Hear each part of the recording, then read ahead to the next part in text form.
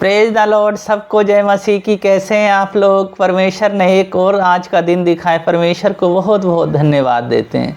वचन के लिए प्रार्थना करेंगे। महान अनुग्रहकारी पिता परमेश्वर दयालु सर्वशक्तिमान मेरे यीशु मसीह, वचन पढ़ते हैं, गहरी बातें, भेद की बातें बताएं और सबसे महिमा ले। प्रत्येक जन को आपके हाथों में सौंपते हैं। उद्धार करता यीशु मसीह के नाम से मांगते हैं, आमीन। वचन पढ़ेंगे मत्ती 22 अध्याय, उसका 1 पद से 14 पद तक। यीशु फिर उनसे दृष्टांतों में कहने लगा, स्वर्ग का राज उस राजा के समान है जिसने अपने पुत्र का विवाह किया, और उसने अपने दासों को भेजा कि निमंत्रित लोगों को विवाह के भोज में बुलवाए, परंतु उन्होंने आना ना चाहा। फिर उसने और दासों को यह कहकर भेजा, निमंत्रित लोगों से कहो, देखो मैं भोज तैयार कर चुका हूँ, मेरे बैल और पाले हुए पशु मारे गए हैं और सब कुछ तैयार है, विवाह के भोज में आओ। परंतु वे उपेक्षा करके चल दिए, कोई अपने खेत को, कोई अपने व्यापार को। अन्य लोगों ने जो बचे रहे थे, उन्होंने दासों को पकड़कर उनका अनादर किया और मार डाला। तब राजा का क्रोध आया और उसने अपनी सेना भेजकर उन हथियारों को नाश किया और उनके नगर को फुकवा दिया। तब उसने अपने दासों से कहा, विवाह का भोज तो तैयार है, परंतु निमंत्रित लोग योग्य ना ठहरे, इसलिए चौराहे पर जाओ, जितने लोग तुम्हें मिले उनको विवाह के भोज में बुलवा लाओ। अतः उन दासों ने सड़क पर जाकर क्या बुरे क्या भले जितने मिले सबको इकट्ठा किया और विवाह के घर अतिथियों से भर गया। जब राजा अतिथियों को देखने भीतर आया तो उसने वह एक मनुष्य को देखा जो विवाह का वस्त्र पहने नहीं था। उसने उससे पूछा, हे मित्र, तू विवाह का वस्त्र पहने बिना यहाँ क्यों आ गया? उसका मुंह बंद हो गया। तब राजा ने सेवक से कहा, इसको हाथ पांव बांधकर उस बाहर अंधेरे में डाल दो, वहाँ रोना और दांत पीसना होगा, क्योंकि बुलाए हुए तो बहुत हैं परंतु चुने हुए थोड़े हैं। इस वचन को पढ़े जाने को परमेश्वर आप लोगों को आशीष दे। यीशु कहते हैं, सब मेरे साथ आनंद बनाएं। पहली बात, आनंद। आनंद में सहभागी हूँ। जिस तरह यहाँ राजा ने अपने पुत्र का विवाह किया और बहुत लोगों को बुलवाया और बहुत लोगों से कहा, तुम मेरे भोज में आओ, मेरे पुत्र के विवाह में आओ और आनंद करो और खुशियाँ मनाओ। और फिर दूसरी बात है, उन पे कृपा किया गया, कृपा किया गया, उन्हें बुलाया गया। पर कोई कहता मैं तो खेत में जाता हूँ, कोई कहता मैं व्यापार में जाता हूँ। सब ने बहाना लगाया, बहाना लगा के और अपने अपने रास्ते को चले गए।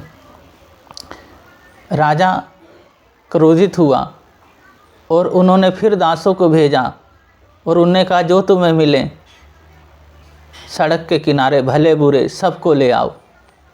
सब वहाँ पे फिर आए। और तीसरी बात है आत्मिक वस्त्र। आत्मिक, जब राजा अंदर गया देखने के लिए तो एक विवाह का वस्त्र नहीं पहना था। वो कहता है, हे मित्र, तू बगैर वस्त्र पहने ही यहाँ क्यों आ गया? इसे पकड़ो और हाथ पैर बांधो और इसे आग के कुंड में डालो, जहाँ रोना और दांत पीसना होगा। तो हम यहाँ देखते हैं जो आनंदित में हमें सहभागी होना है। जब परमेश्वर ने हमें चुना है, जब हमें बुलाया है उनके, तो हमें आनंदित रहना है और हमेशा आनंदित रहना है। वचन में हमेशा बने रहना है और वचन के अनुसार अपने जीवन को जीना है और वचन में ही हमें बढ़ते चले जाना है।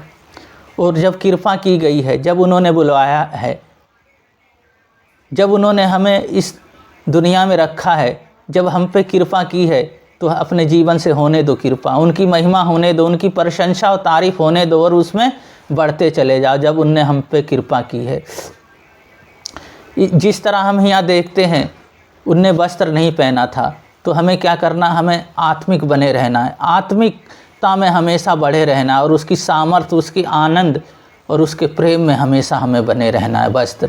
तो हम क्या देखते हैं, कई बार क्या होता है, जब भवन को जाना होता है तो कई बार बहाना लग जाता है, परमेश्वर का कहीं भी कोई कार्य होता है तो बहाना लग जाता है। ऐसे हमें नहीं करना है और यीशु मसीह के उसके वचन के हिसाब से अपने जीवन को जीना है। जो कोई तैयार है वही स्वर्ग जाएगा, जो कोई तैयार नहीं है वो स्वर्ग नहीं जाएगा। इसलिए हमें क्या करना है, अपने आप को तैयार करना है, अपना जीवन उन्हें सौंप देना है, यीशु मसीह को। उनके अनुसार जब हम अपने जीवन को जीते हैं तो जो हम पे भलाई और वो कृपा कर रहे हैं, हमें अपने उपस्थिति में बुला रहे हैं और हमसे चाहते हैं जे हम उनकी महिमा करें और बहुतों के लिए हम आशीष का कारण ठहरें, हम उनमें बने रहें।